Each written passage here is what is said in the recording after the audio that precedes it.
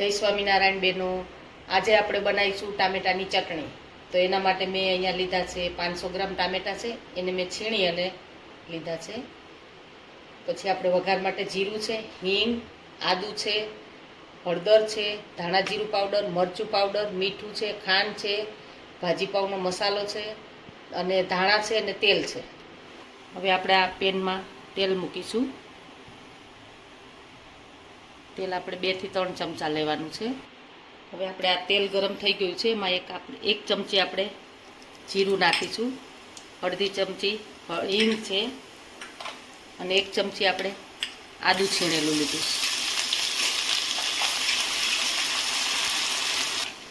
આપણે આદું સંતળાઈ ગયું છે. હવે એમાં આપણે આ ટામેટાની પ્યુરી નાખીશું.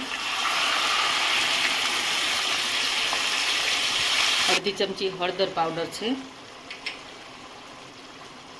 આપણે 2 ચમચી કાશ્મીરી મરચું છે લાલ, અને 2 ચમચી ધાણા જીરું પાવડર છે. 1 ચમચી આપણે ભાજી પાવનો મસાલો છે. ને આપણે થોડી અડધી ચમચી એ નહીં એટલી આપણે ટામેટાની ખટાશને બેલેન્સ થાય એટલી આપણે ખાંડ લઈશું, અને સ્વાદ પ્રમાણે મીઠું લઈશું આપણે 1.5-2 ચમચી બસ.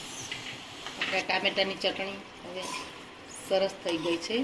તેલ બધું જ આપણું છૂટું પડી ગયું છે અને ટામેટા પણ એકદમ ચડી અને સરસ થઈ ગયા. આપણે આ ચટણી તૈયાર થઈ ગઈ છે. હવે એને આપણે બાઉલમાં લઈ લઈશું સર્વ કરવા માટે. તૈયાર છે આપણી ટામેટાની ચટણી. એને આપણે લીલા ધાણાથી ગાર્નિશ કરીશું.